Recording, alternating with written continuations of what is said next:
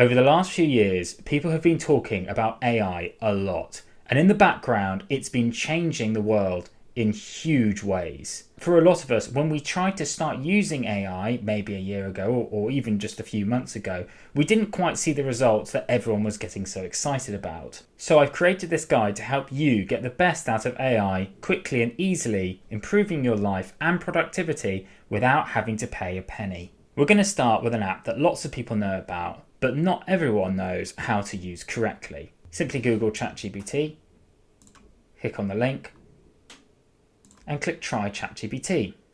You don't even need to create an account, although I recommend you do create one for reasons I'll go into later. So what can ChatGPT be used for?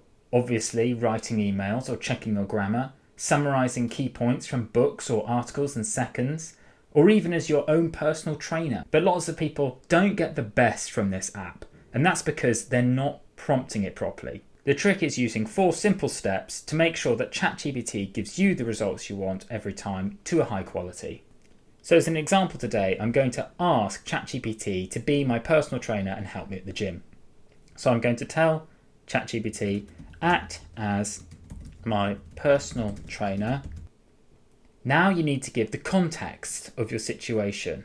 So I'm giving it context so it can answer specifically to me. You have to imagine ChatGPT is like a little alien that has access to a lot of knowledge about humanity, but doesn't actually have much information about me specifically. For instance, if I don't tell it my gender, then it's going to give me a generic plan that might not actually be the best plan for me. So you want to give it as much context as you can. Next, you're going to tell it to think deeply about its response. So I find that this helps get you clear and concise answers. So I'm going to say, think deeply about your response and be clear and concise. This helps get rid of some of the kind of marketing language that you sometimes get in answers, especially when you're using it to write emails as well, so it doesn't clearly come across like it's been written in ChatGPT. When I message on LinkedIn or get emails, sometimes I can tell it's been run through ChatGPT, and I don't care, but you might not want to give that away to your employer or whoever you're writing your Christmas cards to. Finally, we're going to tell it to ask any questions it needs to help with its answers. So this is obviously not an exhaustive prompt, but this is a really simple one which you can do quite quickly, which should get you good results. Act as an expert, context of your situation, think deeply about your answers, ask any questions you need. Actor. Instantly, it's asked me a few questions that's going to help it get the best workout plan for me. So obviously you can do all of this without having an account, but one reason I would have an account is you can probably see here that ChatGPT has updated its memory. This means in future conversations, it's going to remember that I have been going to the gym for several years. One of the big limitations of AI is memory. It's not going to remember absolutely everything you put in a conversation, but it is going to remember some details. Now on ChatGPT, you can actually see what these details are and delete them as you want. To do this, you go to Settings, then Personalization, and then Manage the Memory, and then delete them if you don't want it to be remembered. I've used it today as a PT, but you really can use it as anything you need. If you're starting a business and you're by yourself, perhaps you want an assistant to do some marketing or some research. So again, you use the actor method. ChatGPT is updated, but isn't completely up to date to the current day that you're using it. So if you want it to give you research-based information, you can ask it to do a web search. Again, you don't have to worry about being perfect with grammar or spelling. ChatGPT is pretty good at understanding what you want. So here we are. And lo and behold, it's given me a good starting point for some information. And if you don't want to read ChatGPT's answers, you can always get it to read it aloud itself. TikTok is a great platform for engaging dog-loving audiences with fun, relatable, and emotional content. It's all about understanding how to communicate. The more information you can give it, the better. Finally, you don't have to be locked at your computer to use ChatGPT. Getting ChatGPT on your phone is a brilliant way to have this helper with you at all times. It's really, really easy to install. You just go to your App Store. Here I'm doing it on an Android. Install. And I personally quite like the voice function. Obviously, this is where paid models come in, but you get a certain amount of free time. so you can speak to it and ChatGPT can speak its answers back. If you're someone like me who likes to talk and brainstorm, you could give it the instruction, only respond with OK until I tell you otherwise, to get ChatGPT to listen. Often what I'll do is when I've got some spare time at the office or on my lunch break, I'll just brainstorm some ideas to ChatGPT about whatever it is I'm working on or whatever it is I want to do. And it will just listen, respond okay, and then I will start asking it questions later at home when I want to actually build up an idea or start working on it. So while ChatGPT is definitely the most well-known AI application openly available to the public, there are lots of different language models. These have different strengths and weaknesses depending on what it is you want to do, but we're talking at a very basic beginner level here, so ChatGPT is going to be best for most of what you need. Now we're going to talk about productivity enhancement using AI, and there's a couple of different apps that I think are really, really useful and really, really easy to use. The first one is Speechify. It was really useful earlier when ChatGPT read out its answer to me, because it means I can kind of do other things in the background if I want to. To use it, head to Speechify, click it, try for free.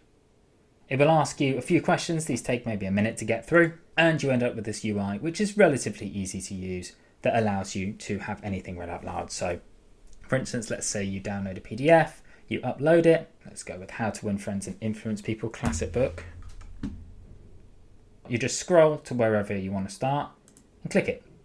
It was a cold January night in 1935, but the weather couldn't keep them away. 2,500 men and women thronged into the grand ballroom of the Hotel Pennsylvania in New York. Brilliant stuff. So now I can listen to this while I'm doing something else. As you can see here, you can use the app to also listen on your phone. And there is also a Chrome extension, which is really easy to add. If you just type in Speechify, let's say I just want the news. I have this little toolbar here. If I start playing it, Musk looms large over UK politics as MPs return for 2025. It's fantastic. It works on your phone as well, and it's just really, really handy. It also really, really helps with this next productivity hack. So Perplexity is a little bit more of a targeted tool and will put you head and shoulders above your competition and your colleagues when it comes to doing research. Perplexity is amazing if you want to condense information from sources. Plus, it's also super useful if you don't use ad blocker. When you use Perplexity, you don't get ads popping up. Again, you have the option to create an account, which I definitely recommend because it unlocks pro search and history. So let's say you need to do a presentation in work about second-hand car sales in the UK. I'll check on a pro search for this one. So we've got it. And we're instantly given answers about what's going on with the market, but also our sources. Let's say that you will just happen to be a second-hand car market enthusiast. You can group all your different researches together by creating a collection. And then anytime I do another search about the second-hand car market, I can add that to this collection. So it's all in one place. So it's super handy for being organized. But there is another use for Perplexity, which I find really, really helpful, which is if you are a freelancer or you're job hunting or you're looking to buy equipment, Perplexity can really help you find what you need. And there you are. It gives me a breakdown of the roles in Birmingham which I could apply to. That saves me from going on the hundreds of job sites and going on all the companies' pages to see if they're recruiting.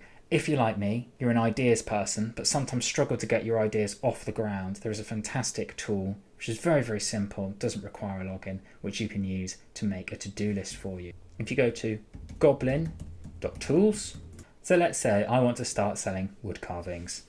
And I'm going to click the eraser, break it down, and it tells me what I need to do, which I find really useful as I have lots of different ideas and tend to go off task. This gives me a clear lineup of what I should start doing, which obviously some of which I can use AI for, some of which I need to go out and do myself. You can just click the eraser again, break it down again, so it gives you some more steps here. We've talked about creating your personal worker. You've got Speechify to read out web pages and books to save you time. We've got Perplexity to do research, gather information, jobs, anything like that for you. And you've got Goblin Tools to put together your to-do lists. But life isn't just about work, and AI can also help you be creative and have a lot of fun at the same time. So I'm going to talk about creating AI artwork, which still can be used for work if you need, for presentations and things like that. Or you could just create some art to put on your wall. And creating music in Suno. We're going to start with AI image generation. So you're just going to head straight back to ChatGPT. This isn't the image generator I'd recommend if you've got some money and you want to spend, but this video is all about doing things for free. So, new conversation, create an image. I'm going to say create a movie poster of a modern day king. Let's see what that comes up with. And with all these images, it's never going to come out perfect. And just like prompting with text, it's about prompting and working it until you get kind of what you like. If you are going to be creating images in a more professional sense, perhaps you're doing photorealistic images, I probably would recommend Midjourney. You do have to pay to use that. It's not very much, but the image quality is definitely much higher. But if you're just looking to muck around like I am, make some cool images that are in your head and maybe even use that as a starting point to create it in real life on your own canvas, DALL-E on ChatGPT is fine. And you'll definitely have a lot of fun using it. And again, it's costing nothing. So AI music can also be made for free, and just like the images, there's lots of different AIs to do it, which all have their strengths. My personal favorite is Suno. So if we head over to Suno, click the link, and you can start making music straight away. You need to obviously create an account. You prompt here, they've said a futuristic blues songs about cozy rainy day. So you write in your prompt, you click create song, you literally sign in with your Google, and you can start making music straight away. Now, to publish this music commercially, so even just putting it on YouTube in this video, you can't use the free version, it really is for personal use. So to give you an example of this software, I am going to go to a paid version. So I've signed in, I'm on the basic paid version, and as you can see, I've got my lyrics, so I can type in the lyrics for the song I want to create, the style of music, so I could go with Texas Blues or hip hop or pop punk, something like that. And then I literally select my version, V4, which is the newest, V3.5, which is still very good, and V3. I've used all of those because I've played with Suno for absolutely ages. But let's say that I'm not particularly feeling like doing a lyrical song. I can also click instrumental and just click my style and then have some music in the background. So that's really cool. But let's say I just want to mess around with this. I haven't written a song yet. I'm going to head up to the top. You can see upload audio and custom. I'm going to turn custom off. I could upload a clip of audio of me saying something or a sound I like, as long as I own the copyright. That can then be turned into a song, which is very cool. But that's all for you to mess around with. So I'm just going to start by showing you an example. So I'm going to create a song here.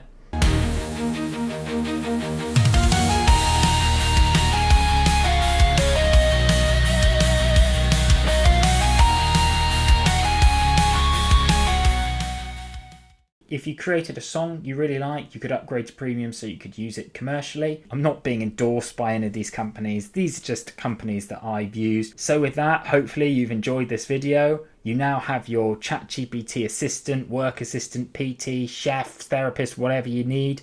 You've got your time-saving tools, so hopefully you can be more productive without too much effort. And you've also got your AI art generation and AI music generation to have some fun, or maybe even to create a little side hustle. I work in an industry where we've been using AI for a while, and I just wanted to share what has worked for me. So hopefully it works for you too. Enjoy.